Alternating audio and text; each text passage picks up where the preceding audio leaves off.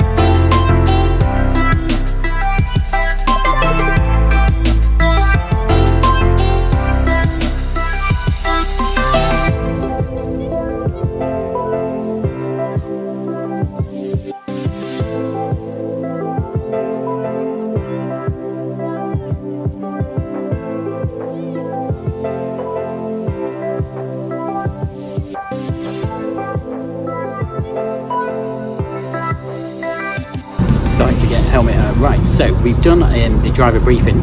Do that up in the kind of cool little white building up at Goodwood bit. So we've been briefed. We're in the afternoon session. This is a 98 decibel track day. This came out 91 decibels, so we're all good to go really, which is brilliant. We've done a couple of sighting laps actually with one of the instructors. He's been around, told us where all the braking points are, all the apexes of the turns, things to look out for. That's kind of cool as well. Yeah, and 1 o'clock it opens and it goes through to 4, so afternoon session track day. Let's see what it's like.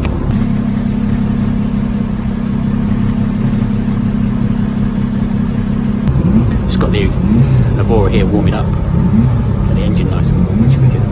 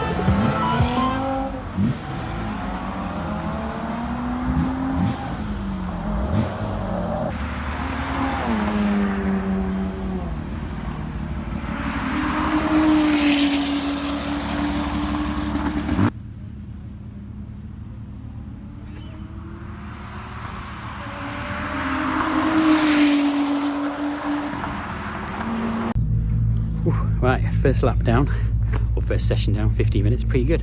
Really hot though, I'm going to take his coat off, but God, that was really good fun.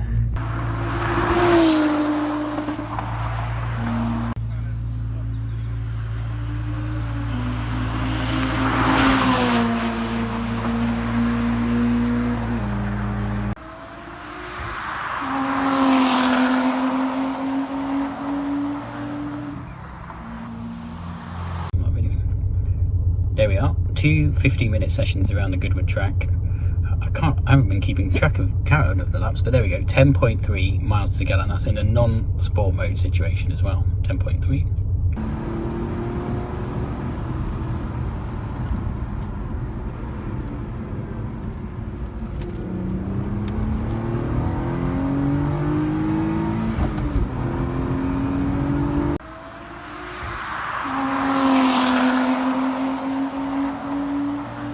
So as you can see then, the Goodwood track day was a lot of fun, and as with any track day, you get a little bit buzzed on the adrenaline, I suppose. You get the fizz, and there is a limit into the amount of sessions or the amount of time you can spend out on track before you kind of have to come back, rest the car, rest yourself. What tends to happen in these afternoon sessions is they quieten off in the afternoon. A lot of people kind of need to get going and leave and get home.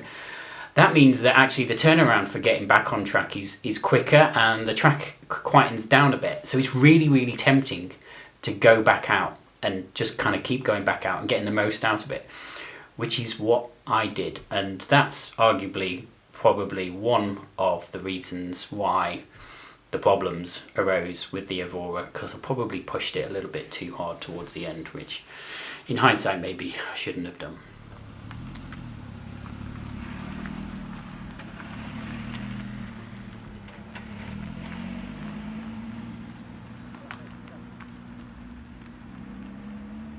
Right, really quick video. So we've done 3 sessions now. It's really good, quite tiring, bit of a hot day, believe it or not. It's February, it's really good. I was going to say bumming around. We haven't been bumming around, we've been burning around. There's an M35i in front of us. The guy, pretty old guy, he's doing really, really well. He's absolutely caning it, which is great fun. So we've done 3 sessions now, 1 with a passenger, 2 without, and we're about to go out on our 4th session. Session ends at 4 p.m. and it's now 3:15, and we're just in the queue, and it looks like we're about to go straight out. So I'm just doing this quick video just to update. But yeah, Goodwood track day, 98 decibel limit. I mentioned this earlier, but actually it's fine, and there's a lot louder cars. There's a McLaren one of the 600 series LTs in white, which looks absolutely stunning. That sounds really loud. There's also a Jaguar F-Type, which also sounds really loud. But yeah, so far a really good day.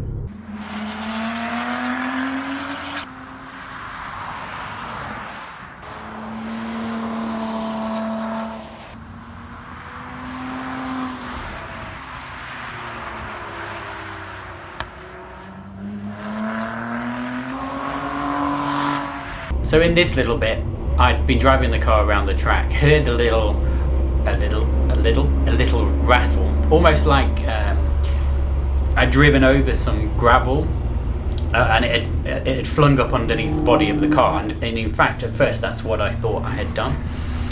It wasn't though, and that noise, kind of that gravelly, graty sort of noise, started to get worse. And when you hear that in a car and you're on a track, it sort of sounds like the end of the world, and you think the engine might explode. Obviously that didn't happen, but you sort of feel like that might happen, I suppose. It's a bit worrying and intimidating. I think at that point the engine warning light had come on, and you can hear, well, watch yourself and this bit of in-car footage, the noise that the car was making.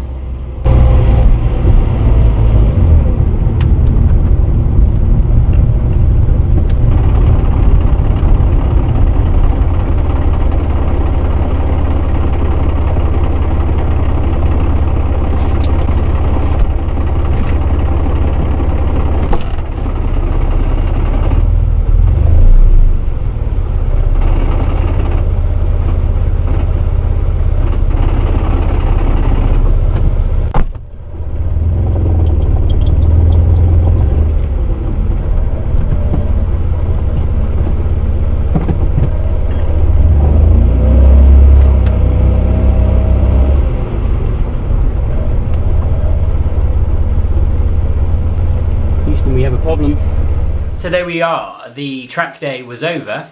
My car was somewhat defunct and making a not a very nice rattly noise.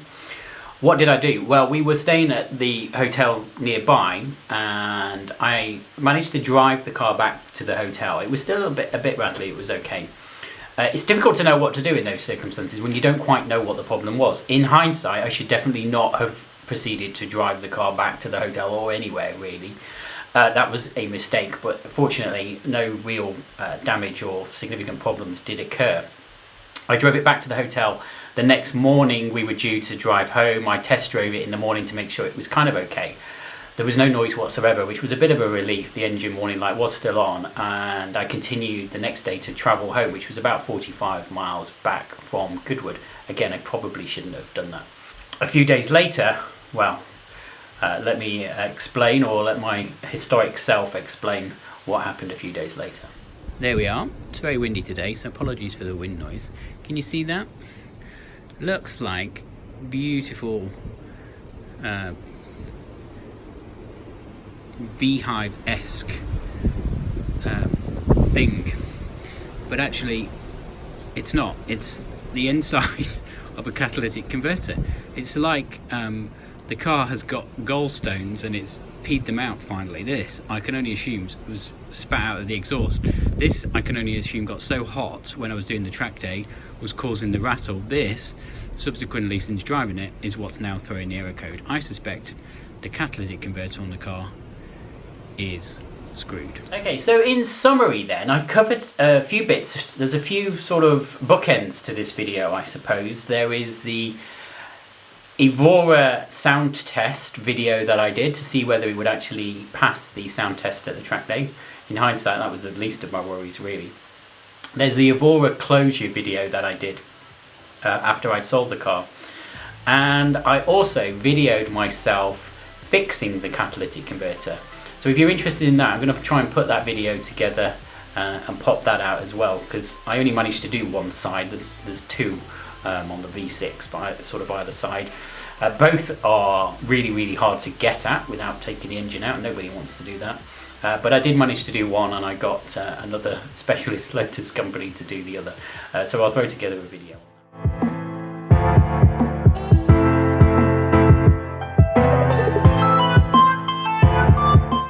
Okay, thanks for watching this pedal out video. If you liked it, please give it a thumbs up. It's been a while since we've had the Evora on the channel, largely because we don't have it anymore. Thought it was nice to go back over the old footage.